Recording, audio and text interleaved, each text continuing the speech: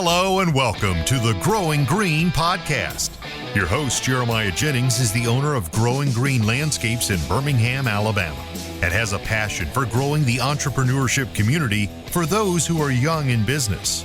Being a business owner isn't easy, especially in the early years, and that's why in this show we dive into a wide range of topics covering all the challenges small business owners deal with.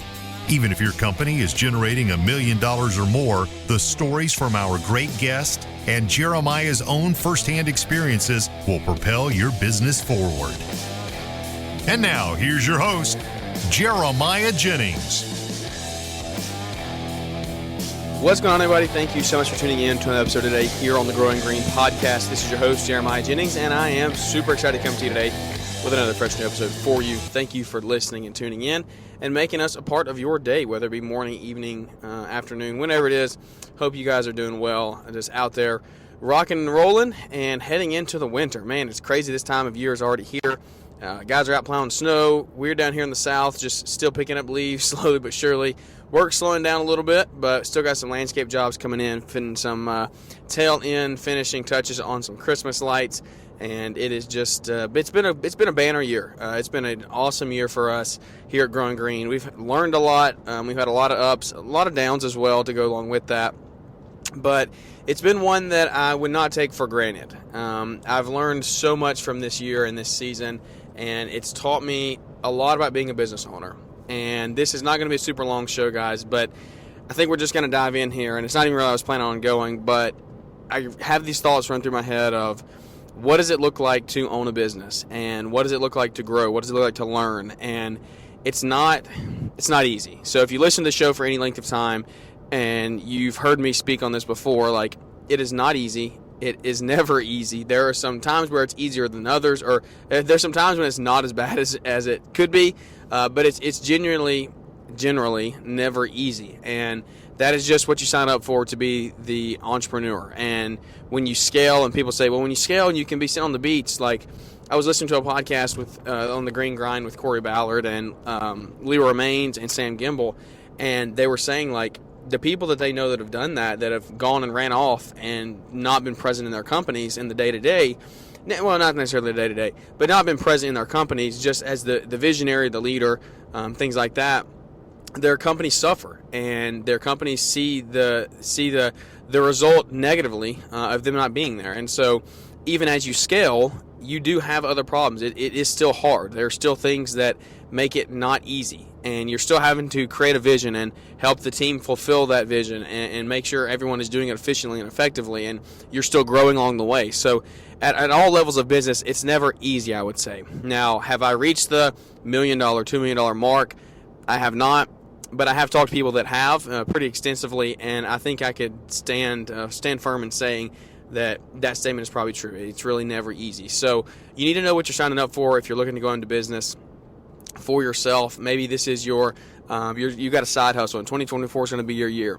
Man, I hope 2024 is the year that you crush it. And we're going to have some podcasts on talking about goal setting and hitting those goals and creating visions and goal casting and all of those things that go along with that. And I want you to do all that. I just want you to do it and realize along the way you're going to have trials and setbacks. And so that's all I'm trying to get across to you. In today's show, I just kind of want to walk through what our years looked like, the good, the bad, the ugly, all of it in between, and just kind of prepare you if you're in years 3 to 5 of what you could be dealing with. And maybe if you're not in years 3 to 5 on the timeline of, like, length of business, but maybe trying to operate your business in a legitimate way. Because have we been in business for 5 years? Yes. Have we been operating it, searching for the best way to run it for all 5 years? Probably not. Probably really we're in year 2.5 to 3 of that. And so we're still in that crucial phase. And I know a lot of you guys are.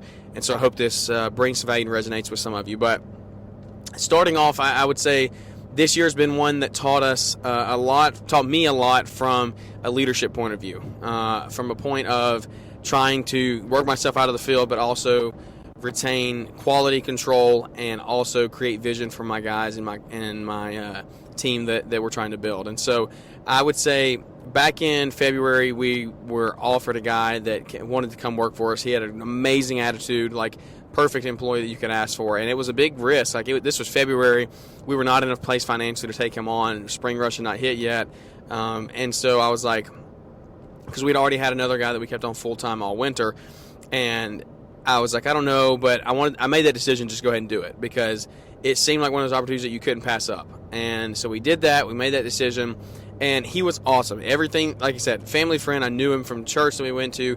He checked out every box. Amazing attitude, showed up on time, lifted the team morale, all of that.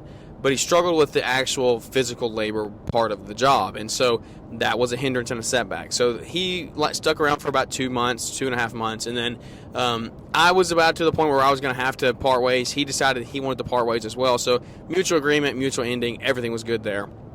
But that was kind of the first trial that we went through of the hiring and the firing process. Not even the firing, but just the keeping up with guys. And so the turnover, I guess you could say, is a better word for it. The turnover of guys that we had. So he decided to leave. The guy we kept on all winter decided to leave right after that. And I'm trying to do a quick rundown, guys. If you listen to us throughout the year, you've heard all this, but this is just like a catch-up for the guys maybe who've tuned in later after the year, after Equip or LA or something like that, and you haven't gone back and listened to all the episodes from the year. So the guy we kept on all winter, he decided to leave as soon as spring rush started. So we were 2 guys down that I thought were going to be great going into spring with. We backtracked to the guy that was with us last year. He ended the year with us and then kind of dropped off. He was still in high school, so he was playing sports in the fall. And so he kind of dropped off. Well, he wanted to work again, and so it worked out. Brought him on and pushed him up to a leadership role, somewhat of a foreman role, and taught him very quickly when it comes to mowing and weeding and running a crew. Because, like I said, remember, this is spring rush going on, and we are right in the thick of it. We are in the middle of everything. And so I'm running around trying to do this. We're getting landscape inquiries all day long. We got all kinds of just maintenance and mowing. We're trying to grow that as well. We're trying to tighten our routes. A lot of stuff going on. And so we push him up to a foreman role. He does good. He kind of accepts that role. We hire another guy that comes on and helps him, and they do pretty well together. They work for probably 3 to 4 months together. And he, with the other guy that came on to help him, was good. But just at the end of the day, didn't work out. Just was not furthering the vision of the team that I had in mind. And so I honestly probably kept around a little too long, but he was helping us get work done. We were not hitting production, though. We were way behind. There was too much overtime happening, and so it was a big struggle for the summer. Because in all this is a quick rundown. In all of that, we bought the mini skid. We landed our 2 largest landscape jobs we've ever done. And so this was just like a whirlwind of events that were happening. And I was just trying to honestly keep my head above water. And so I was trying to delegate, because at that point Jack was 6 months old. I was wanting to spend time with him. And so I wasn't doing as much of the mowing, but I was doing the landscaping. So I was trying to spend time with Jack, trying to do the landscaping, trying to delegate the mowing to them, fixing problems, broken windows, broken blades, whatever it may be, just trying to keep up with things. And it was just like, wow, what are we doing? And we got in a rat race, I think, for the majority of the summer. And we got through it, but not without the turnover of that second guy we brought on to help him. We brought another guy on. That was the more recent, or actually, the guy who kept on through the winter came back, and we had an agreement that it was going to last long term. We good, had a long sit down, blah, blah, blah. Went through all of that. He decided to leave about a month after coming back, and so then we're, again, back at ground zero with me and one guy. And so brought on another guy, and it was not a good fit. Again, kind of checked all the boxes in the beginning, had a lot of experience, good work, but he kind of wanted to do a little too much, and he wanted to do it his way too much. Not that I was being hands off. Like, I was trying to let them do their own thing and let them learn their way and create their own processes, but it was a little too much of just trying to do their own way and not listen to the way that we knew worked. So had to work through that a little bit. That was a more recent process that we dealt with. So ended up letting go of him, and then we're back at really ground zero, me and Kellen again. This is the one guy that came back from last year. And so we're here, and we decided to just rock this, and we've been doing good. We hung a lot of Christmas lights with just me and him and a part-time buddy of his that played basketball for us. He worked with us 2 summers ago, and so it's been pretty good. But we are at a point where we have to create a team, and we have to create a vision for our employees that wants to attract the right people. And it comes back to me, though. And you hear me say a lot on the show. You hear a lot of successful people say this. If you have a problem, don't blame it on your team first. Look at yourself and see what you're doing wrong. And that hits home to me, because out of all those things that went wrong, the leaving, the coming back, the leaving, the just not fitting the team, the morale that we wanted, doing things that didn't need to be done, some of them illegal, and it's just like, guys, like, what are we doing?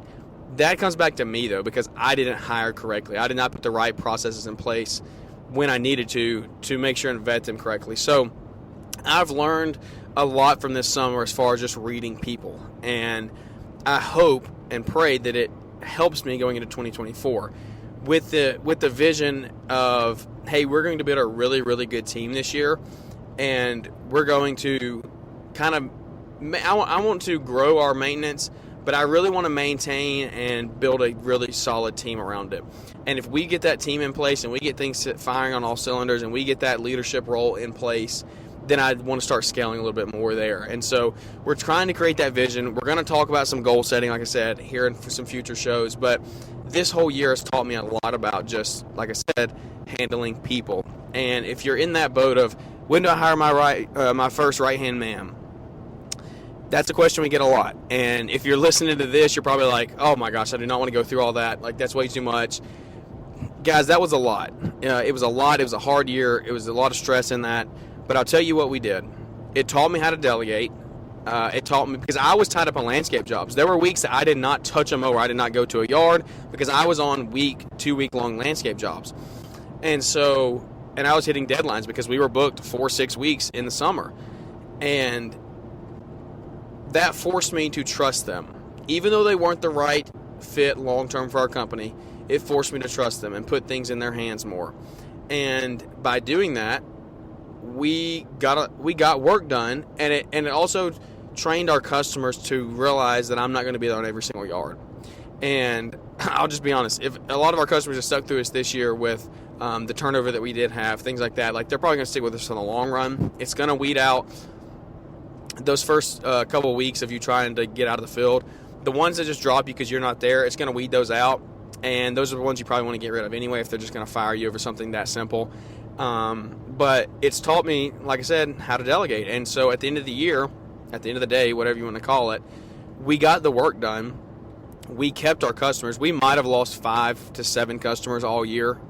We did not have bad attrition at all this year. And like I said, with all of what happened, I'll take it. That's a win. Because here's at the end of the day, what did I gain out of that? I gained how to work with people, and I gained not having to mow grass all summer. And that was just the point that I reached back in the spring. I was like, I do not want to cut grass all day, every day this year. I can't lead and grow and create a vision for a company. And so did I get lost in probably the landscape side and then trying to start Brighter Bins in the middle of all that? Yeah, I would say that took a toll, and I still got too stuck in the business instead of on the business. That's the hot topic right now of working in versus on. And I say it's a hot topic. I don't say that sarcastically. Like, it's a topic that needs to be talked about, because we have way too many guys who are trying to just be the best stripe cutter or stripe layer. Like, I don't want to care about how good I lay stripes. I want the vision to be, I want the purpose to be, how good am I at finding the right people, creating a solid team, creating jobs for others, and building a company out of this. Not just how good can I cut grass. And so when you reach that mindset, which is the turn point that I had back in the spring, it clears up a lot of things. Because if you would have asked me 14, 16 months ago, would you want to go through all that hiring and firing and letting go and trying to keep up with everything, I would have said, no way. I'll just keep me and a guy, and we'll just mow and we'll handle it. But once you do it, guys, and again, you will never, I should never say never, but you're going to be hard-pressed to ever hear me say, you have to scale, and that's the only way. I am against that from day one. I respect people that scale companies, and I think it's good for a lot of people, but I don't think you should have to do it. If that's not the route you want to go, you don't have to do it. And you just need to understand the risks that come along with that. So if you are going to stay a one-man band, then when you get hurt, you have to realize that your business, if you want to call it a business, is going to be in trouble. And so as long as you understand those risks, stay a one-man band if you want to, and be efficient and make really good profit. But just realize the risks that come along with that. But also realize the risk, like we're saying, that comes along with scaling. And so what I've realized was, hey, I want to do this. I want to create this vision. I want to create the team. I want to build the processes. And we did that. And so we still got the work done, and I didn't have to do it. That's a win. What do we say on the show all the time? Like, it's only a failure or a loss if you don't learn something. So is this year a failure or a loss? By no means. Are we hitting tremendous profit this year at the end of our year? No, because we had way too much overtime. We were not hitting production in the summer. We were spending way too much on labor. Our labor was way too high this year. And so what I'm saying is, like, if you would have asked me 2 years ago, are these problems you want to deal with? I would have said absolutely not. But then you do it, you pull the trigger, and you realize some of the freedom that it frees up. And maybe it's not you sitting at home on the beach somewhere, or sitting at home on the beach. If you have a beach for a home, then you're probably past this point. But if it means going and doing landscape jobs because that's where your passion is, and not having to mow, then that's what it can mean to you. But you have to figure out how to delegate to get out of the mowing field. And maybe it's you want to go mow and not landscape, but you have a landscaping company or hardscape or whatever it may be. Like, take it and put it into your scenario. It's not a one-size-fits-all thing. We talk about that all the time. But when you can do it and just make the jump, you're going to realize, hey, this is what comes with it. And so that's where the benefit for me has come, is like, I would have said no way. Now that I've done it, I don't know that I want to go back to being stuck in the field every single day. I can tell you now I don't want to go back because I've done that for the past 2 months, hanging Christmas lights, doing leaves, things like that. Like, I just don't do it. Like, my time is too valuable now. Like, I'm trying to cast a vision for this company and also trying to grow Brighter Bends. My time is better spent with Savannah and Jack, keeping a healthy relationship with both of them and furthering our family's future. And so I know you can get caught up in the day-to-day of business. You can also get caught up in the day-to-day of just family. So it's hard to find that work-life balance. That balance is hard. It's one of the most popular questions we get that you hear asked to people who have actually stayed married and been in business any length of time. And a lot of guys will just tell you, hey, there really is no balance. Like, you just have to go hard on one side, and you say, and as long as you communicate and create expectations of, hey, we're going hard for 6 months in the summer, and the other 6 months is when we're going to spend a lot of family time together. That's good, but you got to create that expectation. You got to both be on the same page about it, and you got to stick to it. And so as long as you can do all that, you're going to be good. But it's not just that easy sometimes. And so take that, apply it to your situation. What I'm trying to get across here is, like, this has been a tough year for us. We're only hitting on one topic today of just the hiring and the firing and the turnover process. But I'm trying to share with you what I've learned. And what I've learned is, like, I've seen both sides now of being out of the field of mowing. And this is not even me scaling a large company. This is just me hiring 2 or 3 guys during the summer and me not having to mow every day. So what does the future look like if we do bring on 5, 10, 15 guys and we have 3 to 4 crews running and we're generating $800 to $1 million a year? And it's like, where do we end here? Where do we stop? And so you kind of get the itch as you start to grow. And that's not saying that we're going to start scaling a company anytime soon. But what it is telling me is, like, hey, even if we stay at $300,000, $350,000, I want to have 2 or 3 solid employees and a team that I know I can trust on and grow this thing if we want to.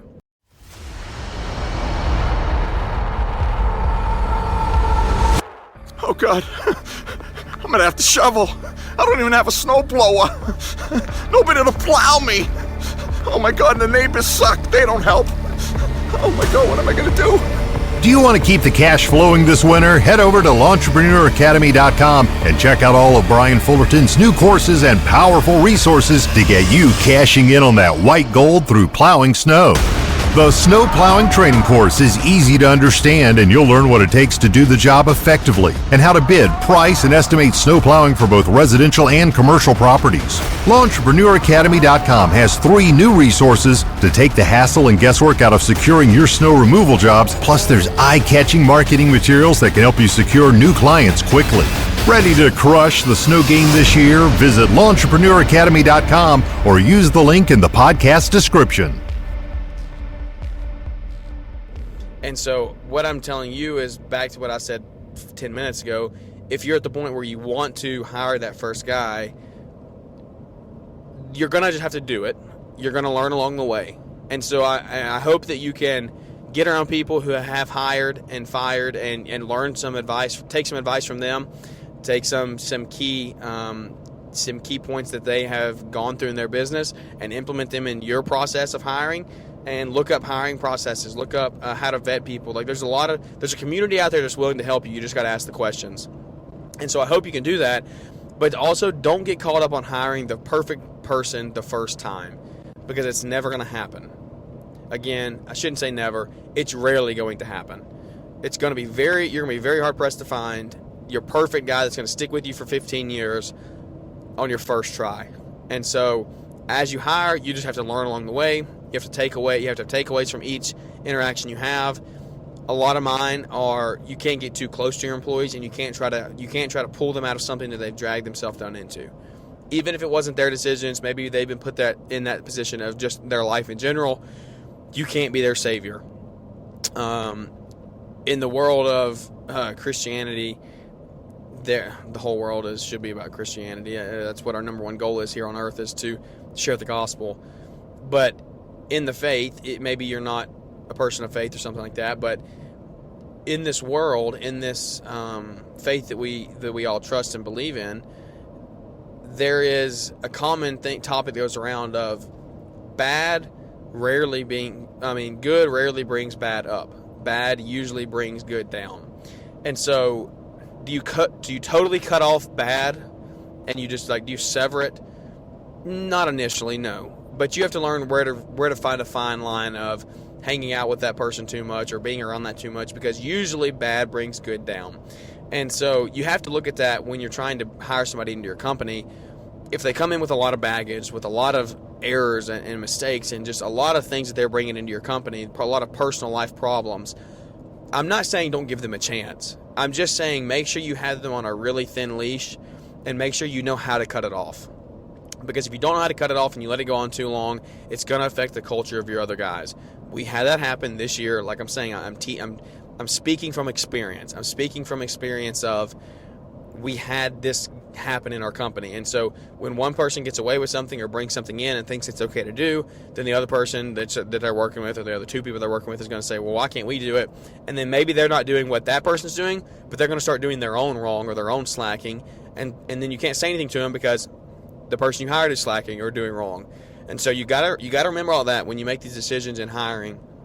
It's never easy. It's never easy. Again, you just have to try to do your best, and you just try to have to learn as you go.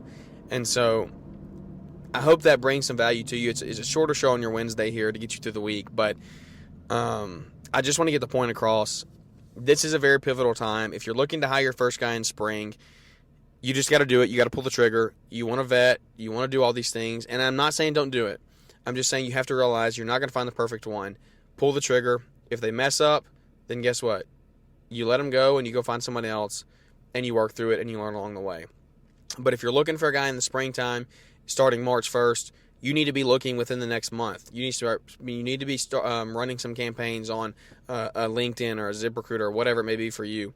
We've used ZipRecruiter this year, and it wasn't that good. We didn't really get that good of response or leads from it. So be careful when you go that route. If you do go that route, it gets very expensive very quickly. So just keep that in mind. But it's something that you got to start doing now. You got to start putting feelers out there. You can't be searching for them on February the 15th to start March the 1st, because that's another problem. As we wrap up, that's what I'll hit on. When you're trying to find good people, it's rarely the person that can start the next day, or the next 3 days, or the person that's calling asking if you're hiring. It just is what it is. It's not typically how it works out. Every one of our situations that have gone bad have been that scenario where they've called, are you hiring? Yeah, man, I'm hiring. We need somebody bad. Can you start tomorrow? Oh, I can be there tomorrow. I can be there today. And that's typically the person that's bouncing job to job, not keeping anything long term. They don't have any type of relationship built up with their current employee, so they're just going to let them go. They're just going to tell them they're quitting the day before and then walking out the door. And that's not something you want to bring into your company, because they're going to do the same thing to you, I promise. And so just keep that in mind when you do go through this. I don't have all the answers by any stretch of the imagination, but I do have experience just from this year of working through some guys, and I'm just going to keep sharing it with you as we go. I hope this resonates. if you're not here yet and you're going to get here in the next year or two, earmark this podcast, come back to it, see what you can do. I think that you can learn a lot from it. I'm being honest. Like, if I wish I would have had this 2 years ago when I started hiring people the right way. If I would have heard this kind of information, it would have made me make better decisions from the beginning. And so hopefully it does help you, and you can make some good decisions as you go moving forward. So I hope y'all are having a great Wednesday wherever you are, whatever you're doing. And I know the year is coming down to an end very, very quickly, but maybe you didn't have your best year ever. Maybe you didn't see a ton of profit. What can you do to change that? How can you turn it into a positive and be better next year? That's what you got to look at moving forward. So I hope you can do that. I hope you can keep your head up, keep motivating people, because I know there's a lot of people that are motivating you out there. So same way with me. And if you don't have that circle around you, then you need to find that circle and get in it. Figure out a way to get in it. Whatever you can do to get in a circle of people that motivate you, figure it out and make it happen. Whether it's an investment of money, time, resource, whatever it is, figure it out, make it happen. So y'all have a great Wednesday, great rest of the week whenever it is you're listening. If you're not listening live, have a very Merry Christmas. We'll definitely speak to you again. You'll hear from us moving forward for the next couple of weeks. We're going to have some great shows coming up, some great guests, some goal setting, vision casting, a lot of things going into the new year. So y'all stay tuned for all of that. So without any further ado, guys, that's going to wrap this one up. I hope you enjoyed it. Leave us a big 5-star rating and review, guys. It means the world to us if you can do that, and share the show. But thanks for listening, and we look forward to catching up with everybody here on the next one. Are you feeling stuck in the slow lane of business growth, wondering how to assemble a dream team that propels your business forward? Or perhaps putting in the hustle but not seeing the financial results that you crave? We get it. But guess what? We've got the game-changing event you've been waiting for. Get ready for the LCR Summit, your ultimate experience to get answers and take action. Join industry titans Keith Kalfas, John Pajak, Marvin Salcido, Paul Jameson, Mr. Producer, and Jeremy Vest in dynamic workshops on marketing, team building, and company culture. Budgets, break-evens, and bottom lines, podcasting, and YouTube content creation designed to kick your business into high gear. Picture this: 2 days of hands-on interactive sessions in the heart of Atlanta, Georgia at the Creators Clubhouse on January 19th and 20th. Limited seats ensure an engaging experience, so you're not just attending, you're participating, collaborating, and transforming. Oh, and did we mention a special bonus? Brace yourselves for Jonathan Potoshnik, the lawn care millionaire, delivering a keynote that's worth the price of admission alone. LCR Summit event host Naylor Taliaferro says, "I wish this event existed when I started my business. It's a unique opportunity to connect with industry leaders and invest in the future growth of your business." Click the link in the episode description or head straight to lcrsummit.com to snag your seat before they sell out. And by the way, tickets are fully refundable because, hey, we get it, business emergencies happen, and when there's snow, you gotta go. So invest in your future, worry-free. Here's to the clear skies and bright future of your business. We'll see you January 19th through the 20th at the LCR Summit, lcrsummit.com. Thanks for tuning in to the Growing Green podcast. It is an honor to have you listening, and we hope you receive valuable advice to help take your business to the next level. Don't forget to follow the podcast so you'll be notified when our next episode drops.